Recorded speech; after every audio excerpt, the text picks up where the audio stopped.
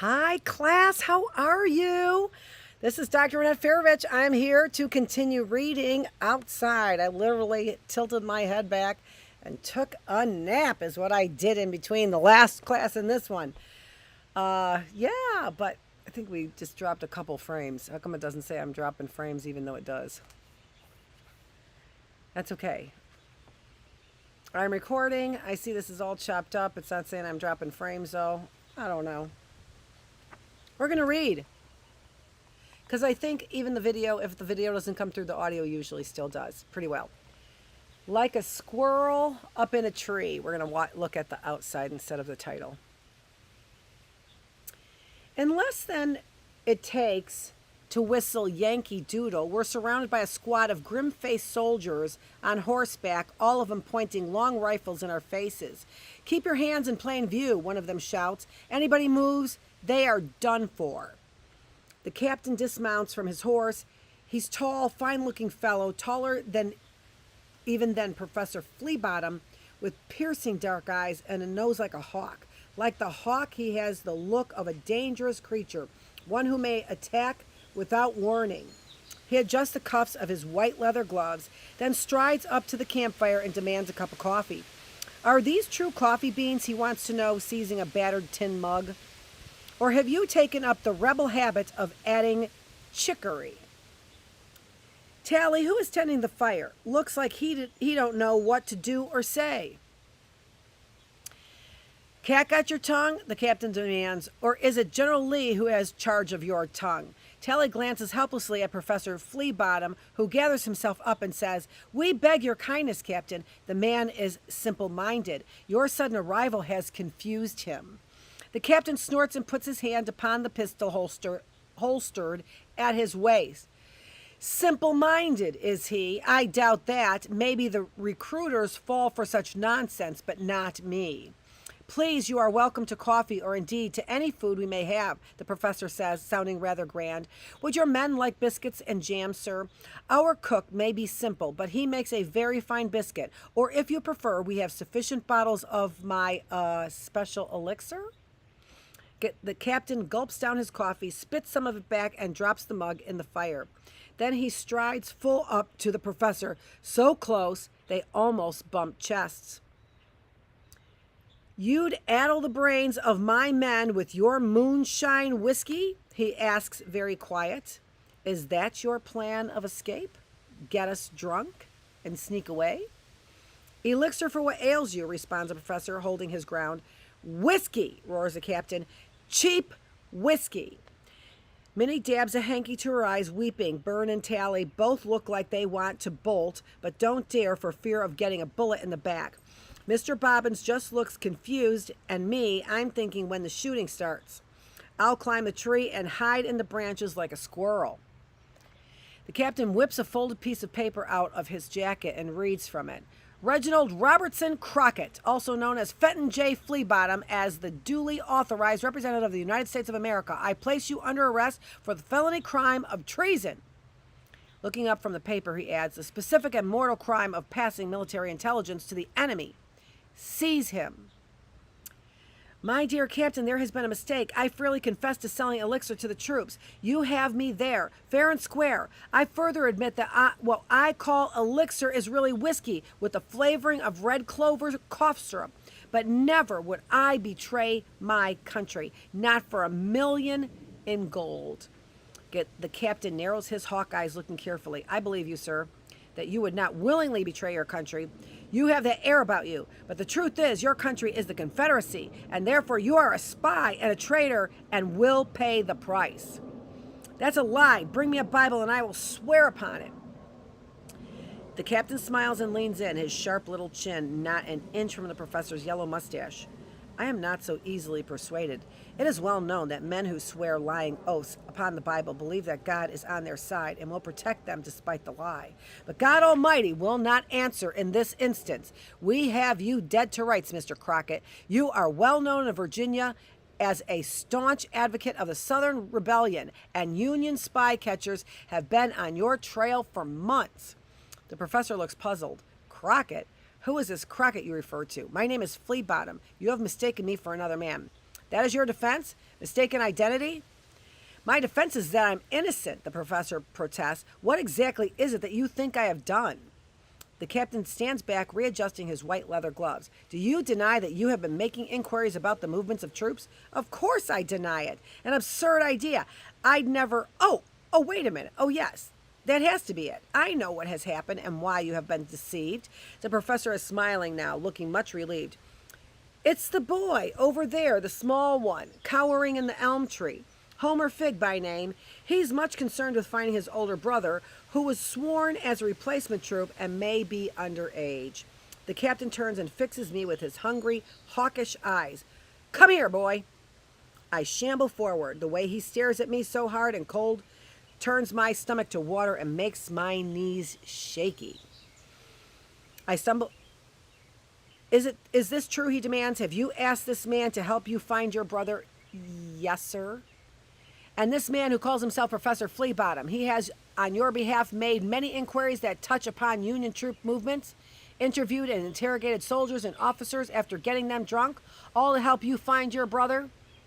Yes, sir. He's been very kind and helpful, sir. Indeed, says Captain, stroking his chin with the fingers of his white leather gloves. No doubt he is kind when it suits him. That much I would not dispute. So you understand that this is simply an unfortunate misunderstanding, says the professor, holding out his wrist to be freed. Such things readily occur in a time of war, Captain. I assure you there are no hard feelings on my part. The captain snorts, amused by the professor. Very good of you, sir. No doubt, being a Virginian, you are a man of courage and honor. You will have need of both when they drag you to the gallows. But, Captain, surely you see that I was trying to help the boy. The captain shrugs. The boy was your excuse. The game is up, Mr. Crockett. He jabs a finger at one of his men. Sergeant, produce the prisoner. The horses make way for another horse, a pony that has been kept behind and out of sight. A man has been tied face down across the back of a pony. He appears alive but barely conscious and shows the marks of a terrible beating. Both eyes blackened and his whole face swole up like an overripe melon. But still I recognize the mysterious rider who came into camp that night and took a dispatch from the professor. The poor man must hurt in every bone of his body, but he don't make a sound. Upon seeing the injured man, Professor Fleabottom heaves a sigh of defeat. His mustache droops and his shoulders sag like somebody let the air out of him. The captain says, I see you do not deny your own brother, Mr. Levi Crockett, soon to be late of Richmond, Virginia. He was shadowed these past few months, as have been you, and was finally caught red-handed with your dispatch in his pack. The dispatch describing Union positions in great detail was written in your hand and seen to be delivered to your brother in the dead of night. On this there can be no dispute, and no excuse or clever lie will change that. Levi, I am sorry, the professor calls out, a catch in his great booming voice.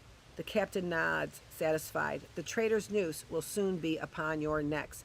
Make peace with your maker, Mr. Crockett, and prepare to go to a better place. Murderers, Mimi screams, flinging a pot at the captain. Killers! The pot lands harmlessly at the captain's feet. His eyes gleam like black pebbles at the bottom of the cold steam, and he seems very pleased with himself. Arrest them all, he commands. The tattooed harridan, the draft-dodging jugglers, and don't forget the boy. Before he gets to boy, I'm up the tree and into a basket beneath the swaying balloon, fast as any squirrel and twice as scared. Far below, at the base of the elm, a couple of soldiers laugh and argue about who will climb the tree to claim me. Why, he ain't much bigger than a pint of spit, someone cackles, and they all laugh so hard they have to hold their bellies. They never notice Tally's kitchen knife is missing, so the laugh is on them when I cut the anchor rope and make my escape in a giant silk balloon made for the Army Union. The last thing I hear before the wind carries me away is Mr. Bobbin screaming for his Tilda. Like a bird with a broken wing. Until that faithful balloon ride, the highest I ever been was to to the peak of Squint's hay barn. I was 5 or 6 years old, and somehow I got it in my mind to see the world, or maybe to catch one of the pigeons that hopped along the ridge. Truth is, I don't really recall exactly what was in my head at the time. All I remember is Harold in the yard below pleading for me to come down, and how it amused me to hear him begging. It was a mean thing wanting to scare my big brother, who had always been so kind to me, but it felt good too, like I enjoyed testing how much he loved me. Eventually I came down on my own, none the worse for the wear, and Harold swore if I ever did such a thing again, climb that rickety old roof like a monkey, he'd kill me with his own hands. But I knew he didn't mean it, and that made me feel good too. I mention this because I scampered into the balloon with nothing in my head but the desire to get away and no idea what it meant to cut the anchor line. I wasn't thinking about how to get down again, that's for sure. Without the weight of the anchor, the balloon shoots straight up into the sky, rising so fast it leaves my stomach back there in the elm tree. It's like being on a rocket. Lucy, where are you?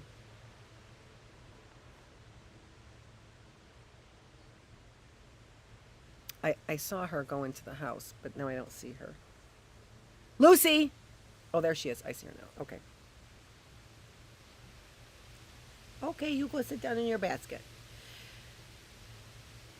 Without the way, let's see. It's like being on a rocket without the sparkles. By the time I dare to peek over the side of the basket, the ground is already falling away. Professor Fleabottom and the others are no bigger than tiny little ants and getting smaller fast. I'm heading up to heaven with no way back. All of a sudden, the wind howls like a shrieking bird, making the balloon sway violently. The basket thrashes up and down and sideways. 1 second, I'm screaming into the wind directly under the balloon, and the next, I'm looking straight down at the ground, clinging to the basket with all my fingers and every last toe. I hang on for dear life. A giant balloon named Tilda wants to cough me out like a fur ball from a sick cat. About the time my heart is fixing to stop, the basket swings back under the balloon and holds steady, more or less. Gives me a chance to catch my breath in the thin air and to realize that not all the shivering comes from being afraid. The closer you get to heaven, the colder it gets. With things settled down for the time being, I search around the bottom of the basket looking for something useful. The kitchen knife has fallen away, but lashed to the framework of the basket is a canteen of water and a packet of hard-tack biscuits. Not that I'm hungry. You need a stomach to be hungry, and mine got left behind. After a while, 100 years or so, I find the courage to peek over the side. Big mistake. This high up you can't see people or animals, and the cornfields look like ragged green patches on a big old quilt. Train tracks are like stitches in the ground, mending the world together. Beyond the forest and the field and villages that look like toys and the snaky silver rivers glinting in the sun, the great curved edge of the earth blends into the sky. That's where heaven and earth must meet, in a haze of blue mist at the far end of the world. I fly for hours, it seems, and going west, we chase the sun, the great balloon and I, as if to make the day last longer. You get used to anything, I suppose, even flying high above the earth, and after a while it comes to feel natural, almost like I belong in the air, floating higher than birds can fly. Looking out over the world, it feels like I'm more than a runaway orphan boy, like I'm bigger than Homer Figg from Pine Swamp, Maine.